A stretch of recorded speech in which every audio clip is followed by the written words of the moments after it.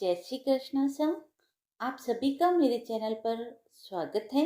आइए सुनते हैं बृहस्पतिवार की व्रत कथा। प्राचीन समय की बात है। भारत में एक राजा राज्य करता था।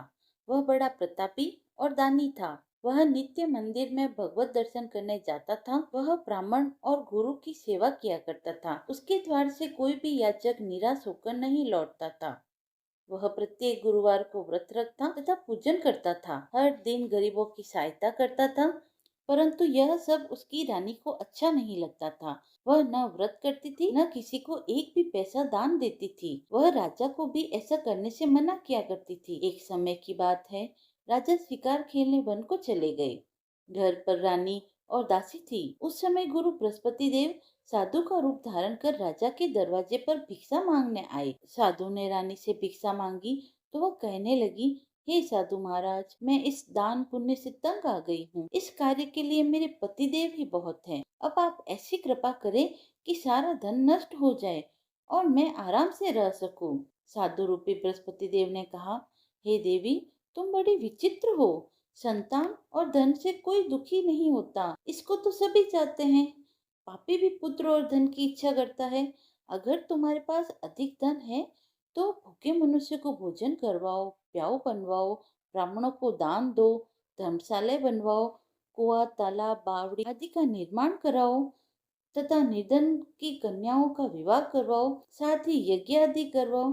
इस प्रकार के कर्मों से तुम्हारे कुल का और तुम्हारा नाम परलोक में भी सार्थक होगा एवं तुम्हें भी स्वर्ग की प्राप्ति होगी। परंतु रानी साधु की इन बातों से खुश न हुई। उसने कहा, हे साधु महाराज, मुझे ऐसी धन की आवश्यकता नहीं जिसे मैं अन्य लोगों में दान देती फिरूं तथा जिसको रखने और संभालने में ही मेरा सारा समय नष्ट हो जाए। साधु ने कहा, हे देवी, यदि तुम्हारी ऐसी इच्छा है तो जैसा मैं कहता हूँ वैसा तुम करना। बृहस्पतिवार के दिन घर आंगन को गोबर से लीपना, अपने केस को पीली मिट्टी से धोना, केसों को धोते हुए स्नान करना, राजा से कहना कि वह हजामत करवाए, भोजन में मांस मदिरा खाना, कपड़े धोबी के यहाँ धुलने देना। इस प्रकार 7 बृहस्पतिवार करने से तुम्हारा सारा धन नष्ट हो जाएगा। यह कहकर साधु महाराज रूपी बृहस्पति देव अंतर्ध्यान हो गए।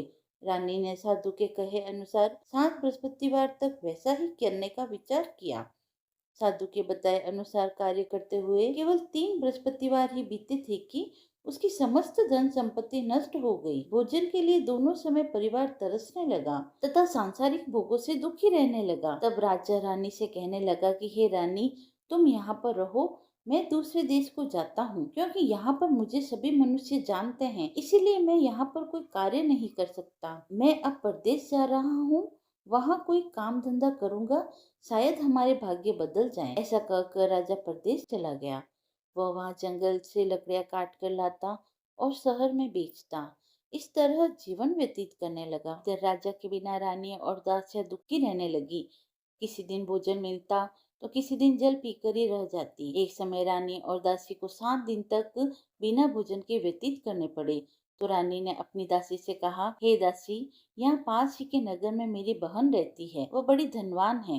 तुम उसके पास जा और वहाँ से 5 शेर बेचर मांग कर ले आ, जिससे कुछ समय के लिए गुजारा हो जाएगा। दासी रानी की बहन के पास गई। रानी की बहन उस समय पूजा कर रही थी। बृहस्पतिवार का दिन था।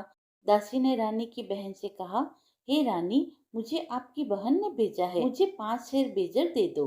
दासी ने यह बात अनेकों बार कही, परंतु रानी की बहन ने कोई उत्तर नहीं दिया, क्योंकि वह उस समय बृहस्पतिवार की कथा सुन रही थी। जब दासी को रानी की बहन ने कोई उत्तर नहीं दिया तो वह बहुत दुखी हुई। उसे क्रोध भी आया और वह लौटकर रानी से बोली, हे रानी, आपकी बहन तो बहुत घमंडी है। वह छोटे लोगों से बात भी नहीं करती। मैंने उससे कहा तो उसने मुझे कोई उत्तर भी नहीं दिया। मैं वापस चली आई। रानी बोली, हे दासी, इसमें उसका कोई दोष नहीं है। जब बुरे दिन आते हैं तब कोई सहारा नहीं देता। अच्छे बुरे का पता विपत्ति में ही लगता है। जो ईश्वर की इच्छा होगी वही होगा। यह सब हमारे भाग्य का दोष है। उधर रानी की बहन ने सोचा कि मेरी बहन की दासी आई थी, परंतु मैं उससे नहीं बोली, इससे वह बहुत दुखी हुई होगी।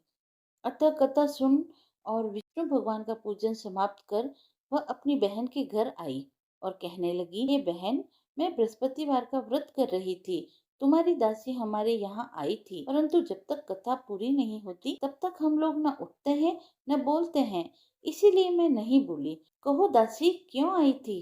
रानी बोली, बहन, हमारे घर में अनाज नहीं है। वैसे तुमसे कुछ बात छिपी तो नहीं है, इस कारण मैंने दासी को तुम्हारे यहाँ 5 सेर बेजल लेने के लिए भेजा था।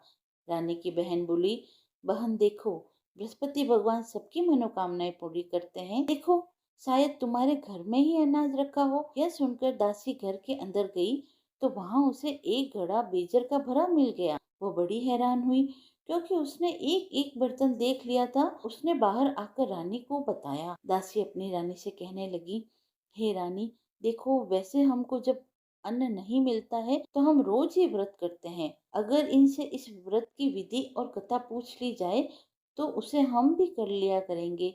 दासी के कहने पर रानी ने अपनी बहन से बृहस्पतिवार के व्रत की कथा पूछी। की बहन ने कहा, हे रानी, बृहस्पतिवार को सूर्योदय में उठकर स्नान करके बृहस्पतिवार का व्रत करना चाहिए, लेकिन उस दिन सिर नहीं धोना चाहिए। बृहस्पतिवार के व्रत में चने की दाल और मुनक्का से विष्णु भगवान का केले के वृक्ष की जड़ में पूजन करें और दीपक जलाएं। उस दिन एक ही समय भोजन करें। भोजन पीले खाद्य पदार्थ का करें तथा कथा सुने। इस प्रकार करने से गुरु भगवान प्रसन्न होते हैं, अन्न पुत्र धन देते हैं।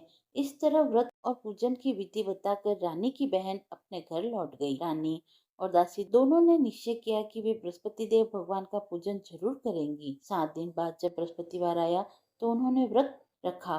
गुड़साल में जाकर चना और गुड़ बीन कर लाई तथा उसकी दाल से केले की जड़ में विष्णु भगवान का पूजन किया। भोजन कहाँ से लाए?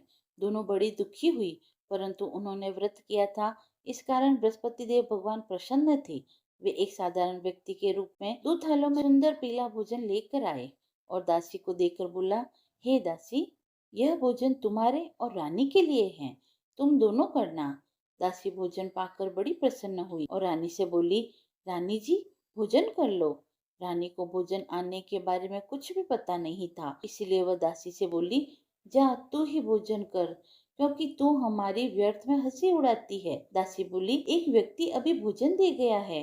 रानी कहने लगी, वह भोजन तेरे ही लिए दे गया है, तू ही भोजन कर। दासी ने कहा, वह व्यक्ति हम दोनों के लिए 2 थालों में भोजन दे गया है, इसीलिए मैं और आप दोनों ही साथ साथ भोजन करेंगी। उन्होंने गुरु भगवान को नमस्कार कर भोजन प्रारंभ किया। उसके बाद से वे प्रत्येक बृहस्पतिवार को गुरु भगवान का व्रत और पूजन करने लगी। भगवान की कृपा से उसके पास धन हो गया, परंतु रानी फिर पहले की तरह से आलस्य करने लगी। तब दासी बोली, देखो रानी, तुम पहले भी इस तरह आलस्य करती थी, तुम्हें धन को रखने में कष्ट होता था, इस कारण सभी धन नष्ट हो गया। अब गुरु भगवान की कृपा से धन मिला है तो फिर तुम्हें आलस्य होता है।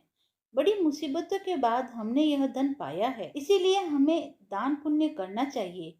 तुम भूखे मनुष्यों को भोजन कराओ, प्याऊ बनवाओ, ब्राह्मणों को दान दो, कुआं, तालाब, बावड़ी आदि का निर्माण करवाओ, मंदिर, पाठशाला बनवाकर दान दो, कुंवारी कन्याओं का विवाह करवाओ, धन को शुभ कार्यों में खर्च करो, जिससे तुम्हारा कुल का यश बढ़े और स्वर्ग प्राप्त हो और तुम्हारे पितर प्रसन्न हो। दासी की बात मानकर रानी ने इसी प्रकार के कर्म करने प्रारंभ किए, जिससे उसका काफी यश फैलने लगा। एक दिन रानी और दासी आपस में विचार करने लगी कि न जाने राजा किस दशा में होंगे, उनकी कोई खोज खबर नहीं है। गुरु भगवान से उन्होंने प्रार्थना की और भगवान ने रात्रि में राजा को स्वप्न में कहा, हे राजा, उठ, तेरी रानी तुझको याद करती है, अब अपने देश लौट जा।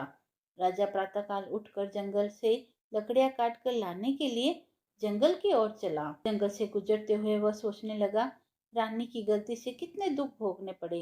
राजपाट छोड़कर उसे जंगल में आकर रहना पड़ा। जंगल से लकड़ियां काटकर उन्हें बेचकर गुजारा करना पड़ा। उसी समय उस जंगल में बृहस्पति देव एक साधु का रूप धारण कर आए और राजा के पास आकर बोले, हे लकड़हारे, तुम इस सुनसान जंगल में किस चिंता में बैठे हो, मुझे बतलाओ। यह सुन राजा के नेत्रों में आंसू आ गए। साधु की वंदना कर बोला, हे प्रभु, आप सब कुछ जानते हैं। इतना कहकर राजा ने साधु को अपनी संपूर्ण कहानी सुना दी। महात्मा तो स्वभाव से ही दयालु होते हैं। वे राजा से बोले, हे राजा, तुम्हारी पत्नी ने बृहस्पति देव के प्रति अपराध किया था, जिसके कारण तुम्हारी यह दशा हुई है। तुम किसी प्रकार की चिंता मत करो, भगवान तुम्हें पहले से भी अधिक धन देंगे। देखो, तुम्हारी पत्नी ने बृहस्पतिवार का व्रत करना प्रारंभ कर दिया है। तुम भी बृहस्पतिवार का व्रत करके चने की दाल, गुड़ और जल को लोटे में डालकर केले के पत्ते से भगवान विष्णु का पूजन करो। फिर कथा कहो और सुनो। भगवान तुम्हारी सब मनोकामनाओं को पूर्ण करेंगे। साधु को प्रसन्न देखकर राजा बोला, हे प्रभु, मुझे लकड़ी बेचकर इतना पैसा नहीं मिलता जिससे कि मैं भोजन करने के उपरांत कुछ बचा सकूं। मैंने रात्रि में अपनी पत्नी को व्याकुल देखा है। मेरे पास कोई साधन नहीं जिससे उसका समाचार मंगा सकूं। बृहस्पतिवार की कौन सी कहानी कहूँ या सुनो, मुझको तो कुछ भी मालूम नहीं है। साधु ने कहा, हे राजा, तुम किसी बात की चिंता मत करो। बृहस्पतिवार के दिन तुम रोजाना की तरह लकड़ियां लेकर शहर में जाओ। तुम्हें रोज से दुगना धन प्राप्त होगा, जिससे तुम भली भांति भोजन कर लोगे तथा बृहस्पति देव की पूजा का सामान भी आ जाएगा। बृहस्पति देव की कथा इस प्रकार है। प्राचीन काल में एक बहुत ही निर्धन ब्राह्मण था। उसके कोई संतान नहीं थी। वह नित्य पूजा पाठ करता, परंतु उसकी स्त्री बहुत मलिनता के साथ रहती थी। स्नान करती और न किसी देवता का पूजन करती। प्रातःकाल उठते ही सर्वप्रथम भोजन करती, बाद में कोई अन्य कार्य करती। ब्राह्मण देवता बहुत दुखी रहते थे। पत्नी को बहुत समझाते, किंतु इसका कुछ भी परिणाम न निकला। भगवान की अनुकंपा से एक समय उस ब्राह्मण की पत्नी गर्भ से हुई और 10वें महीने में उसे एक सुंदर कन्या हुई। धीरे धीरे ब्राह्मण की कन्या बड़ी होने लगी। बचपन से ही वह कन्या भगवान विष्णु की पूजा किया करती थी। प्रातःकाल उठते ही स्नान आदि करके भगवान विष्णु की पूजा करने मंदिर जाती थी। बृहस्पतिवार को व्रत करके विधिवत पूजा पाठ करती थी। पूजा पाठ के बाद वह पढ़ने के लिए पाठशाला में जाती थी। घर से चलते हुए वह मुट्ठी भर जौ साथ लेकर जाती और पाठशाला के रास्ते में थोड़े थोड़े जौ गिराती जाती। जब वह पाठशाला से लौट के आती तो जौ के वह दाने सोने में बदल जाते और लड़की सभी सोने के दाने बीन लाती। एक दिन जब वह सोने के दानों को साफ कर रही थी तो उसकी माँ ने कहा, बेटी, सोने के दाने साफ करने के लिए सोने का सूप भी होना चाहिए। अगले दिन बृहस्पतिवार था। उसने भगवान बृहस्पति पूजा करते हुए प्रार्थना की, हे भगवान, यदि मैंने आपका व्रत विधिवत किया हो तो मुझे सोने का सूप दे दो। भगवान बृहस्पति देव ने उसकी मनोकामना पूरी करने का वचन दिया। पाठशाला से लौटते समय उसे रास्ते में सोने का सूप पड़ा हुआ मिला। लौटकर सोने का सूप अपनी माँ को दिखाकर वह सोने के दाने साफ करने लगी। उसी समय नगर का राजकुमार उसके घर के पास से गुजरा। उस सुंदर लड़की को सोने के सूप में जौ के दाने साफ करते देख राजकुमार उस पर मोहित हो गया। महल में लौटकर राजकुमार ने राजा से उस लड़की से विवाह करने की इच्छा प्रकट की। तो राजा ने ब्राह्मण को महल में बुलवाकर राजकुमार से उसकी लड़की विवाह करवा दिया। दुल्हन बनकर ब्राह्मण की लड़की महलों में चली गई। लड़की के चले जाने से ब्राह्मण फिर निर्धन हो गया। उसे कई कई दिन तक भोजन नहीं मिलता था। बहुत दुखी होकर ब्राह्मण एक दिन अपनी लड़की के पास गया। अपने पिता से निर्धनता का समाचार सुनकर उसे बहुत सा धन देकर उसने अपने पिता को विदा किया। उस धन से ब्राह्मण के कुछ दिन तो आराम से गुजरे, लेकिन जल्द ही फिर भूखे मरने की हालत हो गई। ब्राह्मण अपनी लड़की से धन लेने के लिए फिर महल पहुंचा। लड़की ने पिता की बुरी हालत देखकर कहा, पिताजी, आखिर आप कब तक मुझसे धन लेकर जीवन यापन करेंगे? आप कोई ऐसा उपाय क्यों नहीं करते जिससे आपका घर धन संपत्ति से बढ़ जाए? ब्राह्मण ने कहा, मैंने तेरी माँ को बहुत समझाया, पर उसकी समझ में कुछ नहीं आता। उसका फूहड़पन नष्ट हो तो घर की निर्धनता भी दूर हो जाए।